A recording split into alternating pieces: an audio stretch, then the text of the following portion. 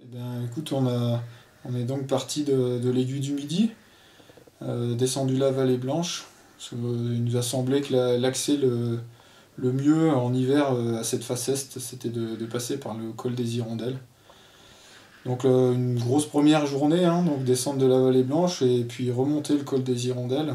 Euh, on a hésité à prendre des goulottes et finalement on est monté droit dans le sérac qui passe pas trop mal en fait.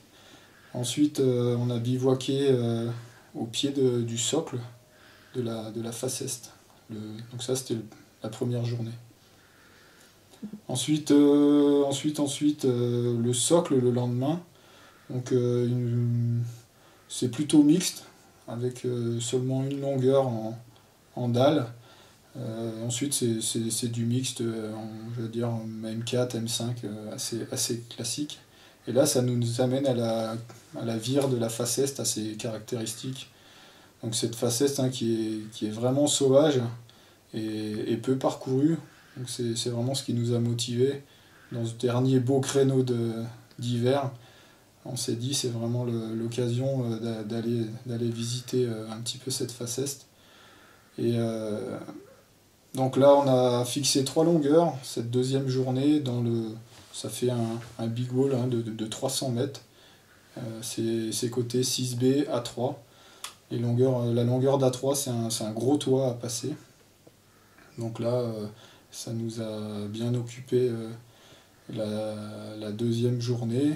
On a réussi enfin, la troisième journée en fait. On est sorti la troisième journée de ce fameux big wall.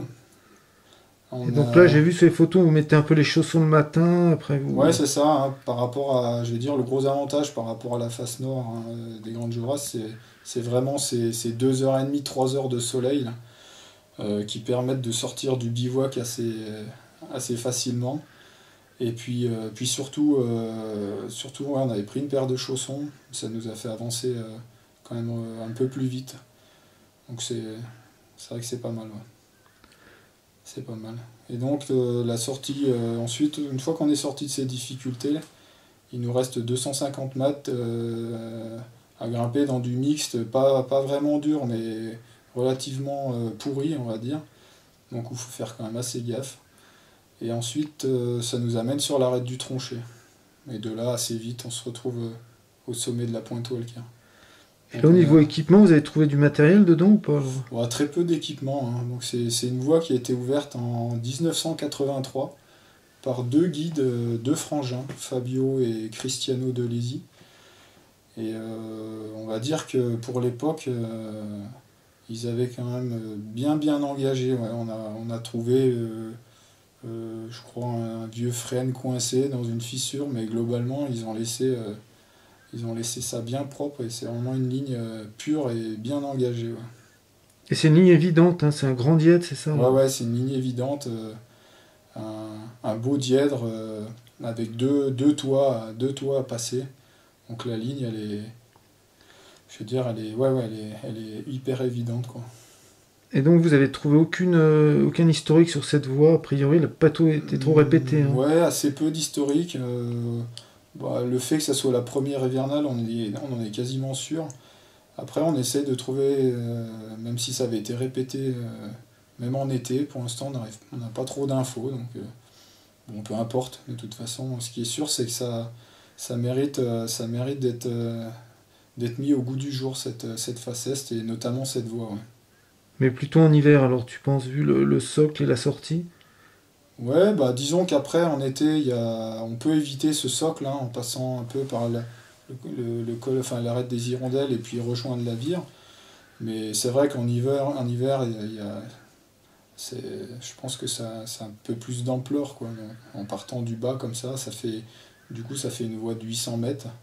Donc c'est quand même sympa, quoi. C'est dans cette face, il y a combien d'autres voies? On retrouve d'autres voies, non là? Bah il y a la classique, hein, la Gervasouti. Ensuite, il y a d'autres voies qui ont été ouvertes. Je sais pas exactement combien il y en a, mais de ce qui est sûr, c'est que, à mon avis, il y a encore de la place pour faire quelque chose. Mais celle-là, c'est la plus belle, quoi, c'est la... Oui, à mon avis, c'est une des plus belles parce que la ligne elle est évidente. Hein, enfin, il y a quelques photos qui vont passer là et le dièdre il est magnifique, hein, c'est clair. C'est vraiment pas tiré par les cheveux, c'est une très belle ligne. Et vous étiez un peu chargé quand même, hein. Ouais, bah, forcément, hein, quand on part on était parti sur 4 bivouacs parce qu'on pensait redormir à Bocalat et finalement on a réussi à descendre d'une traite du sommet de la pointe Walker jusqu'en bas, à Plan-Pincieux. On a eu des conditions assez bonnes puisque ça portait. Donc tant mieux, hein. Donc on a fait quand même 3 bivouacs, donc avec du matos d'artif, forcément on se retrouve assez vite avec des sacs à 30-35 kilos par personne, forcément. Mais bon, c'est un peu le tarif pour des hivernales dans ce genre d'endroit. Et juste pour finir, un petit point sur le matériel que vous aviez emmené, technique. Au niveau du matériel, donc on avait deux jeux de frêne complétés avec pas mal de petits aliens et une vingtaine de pitons. Donc on a pas mal pitonné, notamment dans la deuxième longueur d'A3, là, un toit où là sans piton, je pense que ça passe pas. Donc il faut absolument des pitons. Hein.